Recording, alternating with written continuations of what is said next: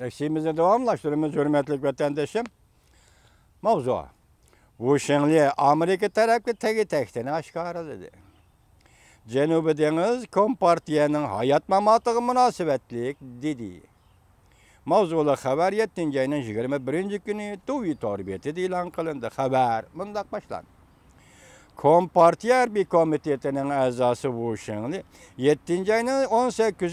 günü Beijing'de ziyaret kılış için yetip gelgen Amerika Deniz Armiyası uruş kılış bölümünün mesulü John Richardson bilen görüşkende adetki qattiq ibarlarını işiltishdan tashqari har qanday harbiy ig'vogarchilikdan qo'rqmaymiz deb ta'kidlab, Jungoning Janubiy dengizda egilik huquq manfaatlarini qo'g'dashning muhim sabablarini tushuntirib o'tdi. Bizning partiyamizning hokimiyat yurgizish asoslariga munosabatli. Jungo'nun admirali Joshonli nim dedi? Yoki Janubiy dengizning ishi bizning partiyamizning hokimiyat yurgizish asoslariga munosabatlik dedi. Bu gapni esingizda saqlang, hurmatli vatandosh. Shangang elchi gazeti 7. ayının 19. günü xabar qilib, mundaq ko'rsat. Bu qatim Janubiy dengiz to'g'risida qaror e'lon qilingandan keyin Jungo Amerika harbiy taraf yuqori darajaliklarning tunji qatim uchrashishini den qaraganda Washingtonning so'zlari tabiiyki yuqori qatlamning tasdiqlashiga erishgan. Demak, Washington admiral Amerika Qo'shma Shtatlarining admirali, dengiz armiya pilotining admirali John Richardson bilan ko'rishganda so'zlagan so'zlari Washingtonning buni markaziy komitet tasdiqlagan bo'lishi mumkin. Ras o tasdiqlamasa bu darajada so'z deganmaydi. Washington mundaq ta'kidladi.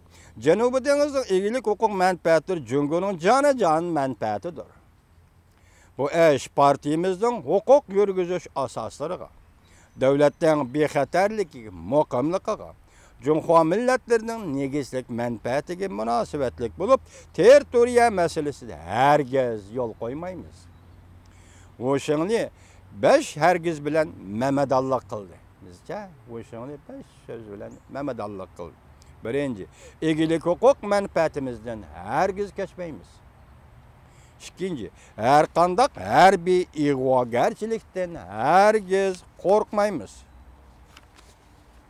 Uchinchi, Orol va Xodotashlar qurilishini hargiz yarim yo'lda to'xtatib qo'ymaymiz. To'rtinchi, hushyorligimizni bo'sh tutib, hargiz mudofaasiz turmaymiz. Beshinchi, Janubiy dengiz masalasini tinch yo'l bilan hal qilish tirishchanligimizdan hargiz voz kechmaymiz. Washington Amerika tarafga bishorat berib, agar Amerika Qo'shma Shtatlari qo'l soladigan bo'lsa, Janubiy dengizda harbiylashtiramiz deb ko'rsatdi. 5-moddasi bu bir niqobtech yo'llar qilamiz degan. Lekin Jungoning bu pozitsiyasidan qaraganda popoza harbiy popoza, harbiy tahdid salavati. Oxir nima deydi? Agar Amerika Qo'shma Shtatlari Janubiy dengizga qo'l soladi ekan, biz Janubiy dengizda harbiylashtiramiz. Singapur Birlashma gazeti 7. ayının 20. günü xabar qilib bundoq ko'rsatdi. Jungo dengiz armiyasining qo'mondoni Washington Janubiy dengizning egilik huquq manfaati, Jungoning jonajon manfaatiga, Kompartiyaning huquq yurgizish asoslariga munosabatlik dedi. Tahlilchilar bundoq ko'rsatdi.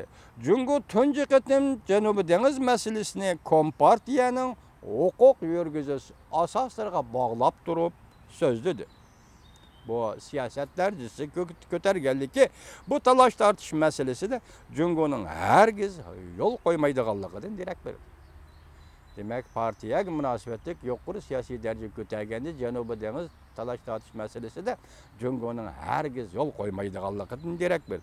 Kelgusida suhbatda murassa qilishmi go'yo mumkin bo'lmaydigandek turdi.